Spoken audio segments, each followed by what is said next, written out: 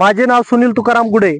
माननीय लोकायुक्त प्रकरण 4370/2016/18 या प्रकरणात माननीय मुंबई उपलोकायुक्त यांनी आदेश दिलेले होते की शून्यापासून पूर्ण 1200 पर्यंत आणि 1200 पासून 2000 पर्यंत आणि त्याच्या पुढे काटपूर पण हे काढा म्हणून पूर्ण आदेश दिलेले होते। चिकोरडा कव्वा येथील पूर्ण अतिक्रमण काढा म्हणून आदेश दिलेले होते।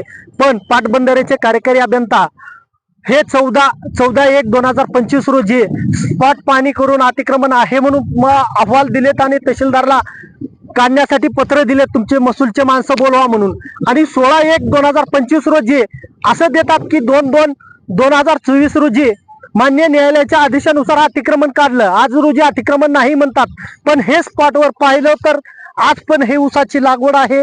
या शेतकऱ्याकडून चिरीमिरी घेऊन अद्यापपर्यंत कारवाई करत नाहीत। म्हणून जिल्हाधिकारी ऑफिस पुढे 13/1/2025 पासून नंदू दुधाळे हे उपोषण करत आहेत की बाबा 0 ते 1200 अतिक्रमण काढा व आरशीशी भ्रष्टाचार जो झालेला आहे ही 2021 रोजी माननीय उपजिल्हाधिकारी जीवन देसाई साहेब यांनी आदेश दिलेला आहे की बाबा जो सीमांकन घोटाळ्यामध्ये जो भ्रष्टाचार झालाय त्यांच्यावर तात्काळ कारवाई करा म्हणून आदेश देऊन आज 4 वर्ष होऊनही गेले, पण अधीक्षक अभियंता यांच्याकडून कुठल्याही प्रकारची कारवाई होत नाही। ना कार्यकारी अभियंता हे अतिक्रमण काढून जसं 1200च्या पुढे खडक काम करून दिलेत, अतिक्रमण काढून लोकांचे जर कोणी अतिक्रमण केले तर त्या शेतकऱ्यावर कारवाई करतात, पण 0 ते 1200 हे कुठलीच कारवाई करत नाहीत। या स्पॉटवर बघू शकतात की ऊसाचं पीक आहे।